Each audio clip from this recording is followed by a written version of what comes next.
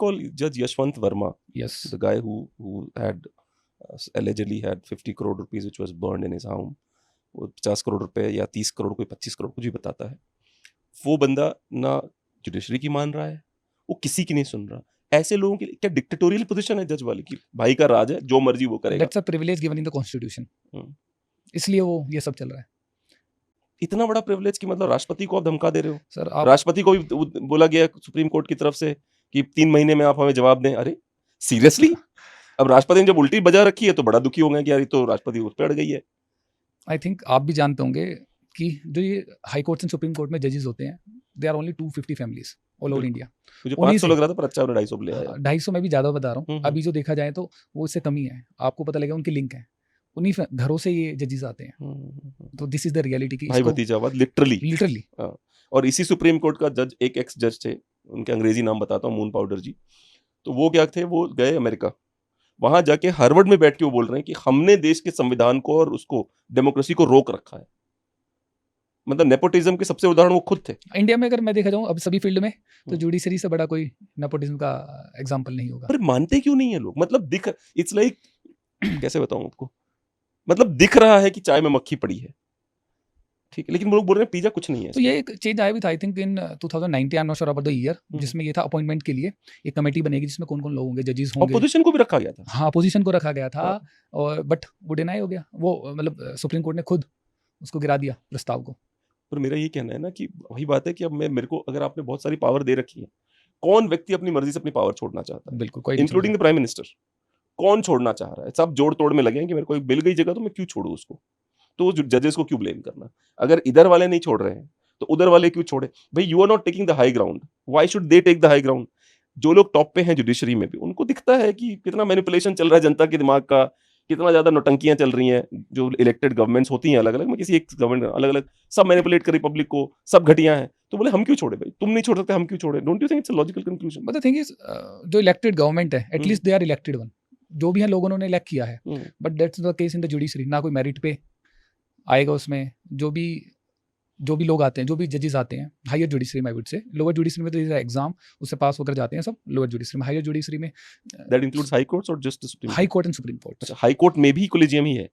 High courts में ही है main तो, क्योंकि अच्छा. जजेस सुप्रीम कोर्ट में कितने जजेस हैं? 34. 34. हाँ.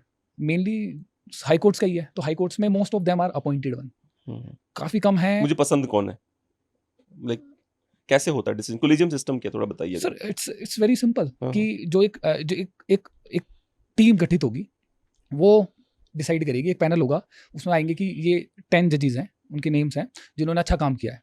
वो मेरी परिभाषा है उसकी. अच्छा. हाँ, वो कि जिन्होंने अपना काम किया. इसमें से आपको 3 डिसाइड या 4 डिसाइड करने होते हैं. तो वो डिसाइड किए जाते हैं, उनके मेरिट्स अपने पॉइंट्स बनते हैं.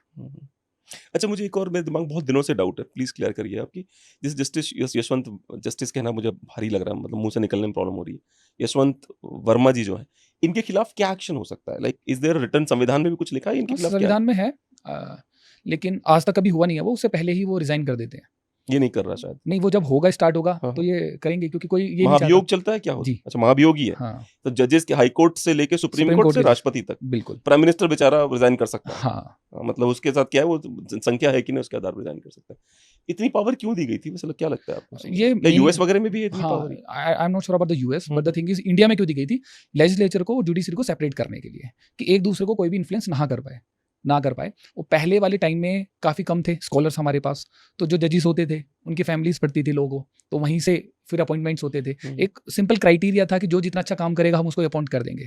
But now the thing has change. अब काफ़ी मेरिट पे भी लोग आते हैं जो अच्छा करते हैं इन डिस्ट्रिक्ट जुडिशरी, वो काफ़ी अच्छा करते हैं. बट वो अपॉइंटमेंट्स हाई कोर्ट्स की, सुप्रीम कोर्ट्स की, वो अपॉइंटमेंट्स के थ्रू ही जाते हैं, मेरिट्स में नहीं होते. कितना परसेंटेज ऐसा होता है कि मेरिट वालों को मिल जाती है जगह को? सर 30 वैकेंसी है, सीट्स हैं हाई कोर्ट्स में, 1 या 2. अरे बाप रे बाप. Most of them are appointed one. मतलब आप कह रहे हो कि अगर मैं अपना काम बहुत अच्छा कर रहा हूँ तो मेरे चांसेस हाई कोर्ट जाने के मतलब 5% है? हाँ, उससे भी 5 कम या 10% होंगे मैक्सिमम. 4 से 5 जजेस होंगे वो मेरिट के बेसिस पे, otherwise most of them are appointed. तो अच्छा, कैन आई पुट, जैसे मान लेते हैं आप अपॉइंट हो गए और मैं बहुत अच्छा काम कर रहा हूँ, सेम डिस्ट्रिक्ट कोर्ट में हम दोनों, अपॉइंटमेंट आपकी, can I challenge your appointment in the court? अरे आप चैलेंज किस बेसिस पे करेंगे? कि क्यों अपॉइंट किया गया इनको? भाई मेरे नंबर्स देखो आप। सर नंबर देखो, आपको मैं बताना चाहता हूँ, प्रैक्टिकली इट्स नॉट पॉसिबल कि कैसे नंबर कैलकुलेट किए जा रहे हैं। अब हालांकि इसके लिए तो सुप्रीम कोर्ट ने अब जो सीनियर एडवोकेट की डेजिग्नेशन है उस पर भी क्वेश्चन कर दिए हैं कि आप कैसे मार्क्स दे रहे हो, क्या मेरिट है। मैं ये नहीं कहना चाहता हूँ कि मेरिट नहीं है, उन्होंने भी अपनी ज़िंदगी वकालत में निकाली है। वो जब से स्टार्ट करा उन्होंने 20 साल 25 साल अच्छे अच्छे जजमेंट्स दिए हैं, बट क्राइटेरिया वही है कि अपॉइंट होकर ही आना है, और अपॉइंट वही होगा जो अच्छा करेगा उनकी नज़रों में।